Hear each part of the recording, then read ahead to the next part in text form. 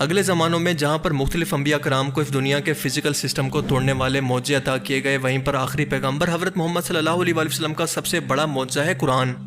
وہ قرآن جس کے ایک ایک لفظ کے اندر علم کی ایک پوری الگ دنیا بسی ہوئی ہے۔ مثال کے طور پر سورہ الرحمن، رحمان کا مطلب ہے سب سے زیادہ رحم کرنے والا۔ یہ قرآن کی انتہائی اہم صورت ہے، یا پھر یوں کہیں کہ اس کی دعوت کا مرکز ہے۔ اللہ کے رسول نے فرمایا کہ یہ قرآن کی دلہن ہے، اور جس طرح سے دلہن کو خوب سجایا جاتا ہے کہ وہ باقی عورتوں سے الگ اور خوبصورت دکھے، اسی طرح سے قرآن کی اس خاص صورت کو اللہ نے ایسے الفاظ کے خاص قسم کے چناؤ سے بنایا ہے کہ انسان اس کے سیر کے اندر کھو جاتا ہے۔ نیکولا ٹیسلا 20ویں صدی کا ایک انتہائی ذہین ترین سائنٹسٹ تھا، اور اس کا ماننا تھا کہ اگر ہم اس کائنات کی بناوٹ کو سمجھنا چاہتے ہیں تو ہمیں اسے فزیکل صورت سے ہٹ کر انرجی اور وائبریشن کی صورت میں دیکھنا ہوگا۔ ہم انسان جو کچھ بھی بولتے ہیں وہ الفاظ کا ایک خاص قسم کا پیٹرن بنا کر ہمارے جسم پر فزیکلی اثر کرتا ہے۔ مثال کے طور پر یہ مختلف قسم کے ساؤنڈ سیمپل ہیں، ہر ایک آواز کا ساؤنڈ پیٹرن بالکل الگ ہے۔ اس کا مطلب یہ ہے کہ انسانی جسم کے پاس بولے گئے ہر قسم کے الفاظ جو کہ الگ الگ ہوتے ہیں، الگ الگ طرح سے اثر کرتے ہیں۔ بالکل اسی طرح سے اگر ہم یہ ایکسپیریمنٹ پانی پر کریں تو ہر بار بولے گئے مختلف قسم کے الفاظ پانی کے مختلف قسم کے کرسٹلز کو پیدا کرتے ہیں، جس کا اثر انسانی جسم پر بولے گئے الفاظ کے مطابق ہوگا۔ اللہ تعالیٰ نے سورہ الرحمن کے الفاظ کے اندر وہ خاص قسم کا پیٹرن رکھا ہے جو کہ پڑھ کر انسانی جسم پر اگر دم کیا جائے یا پھر اسے پانی پر پھونک کر کسی مریض کو پلا دیا جائے تو یہ اللہ کے حکم سے اسے شفا دے سکتی ہے۔ جنات کا اثر ختم ہو جاتا ہے، اور جنات اگر کسی انسانی جسم پر قابض ہیں تو اس کی خاص قسم کی ویوز فریکوینسی کو برداشت نہیں کر سکتے، یہ ان کے سسٹم سے باہر کی چیز ہے۔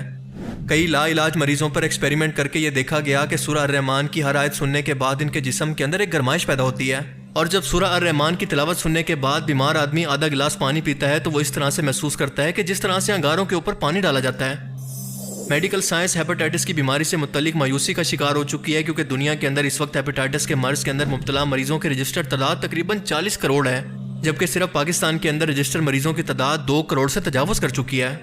ایسے میں میڈیکل سائنس کی بے بسی انسانی ذہن اور معاشرے کی تباہی کا پیغام دے رہی ہے، لیکن سورہ الرحمن کے سننے سے یہ مرض چند ہی دنوں کے اندر وجود سے ایسے غائب ہو جاتا ہے جیسے کبھی اس کا نام و نشان ہی موجود نہیں تھا۔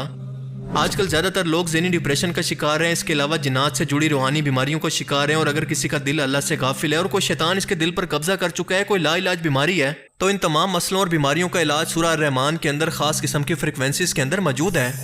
اسے فزیکلی علاج کے ساتھ ساتھ روحانی طور پر علاج کے طور پر کیا جا سکتا ہے، اور بہت سے لوگ اس بات کے گواہ ہیں کہ وہ ایسی لا علاج بیماریوں سے سورہ الرحمن کی برکت سے شفا بھی حاصل کر چکے ہیں۔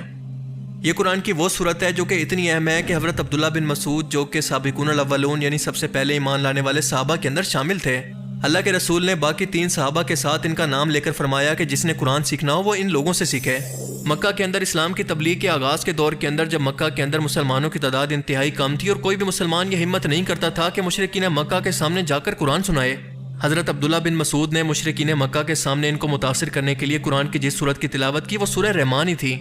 ان کی اس جرت پر ان کو کافی مارا گیا، وہ الگ بات ہے، لیکن جس شخص نے بھی یہ کلام سنا اس کے منہ کھلے کے کھلے رہ گئے۔ الرحمن علم القرآن خلق الانسان۔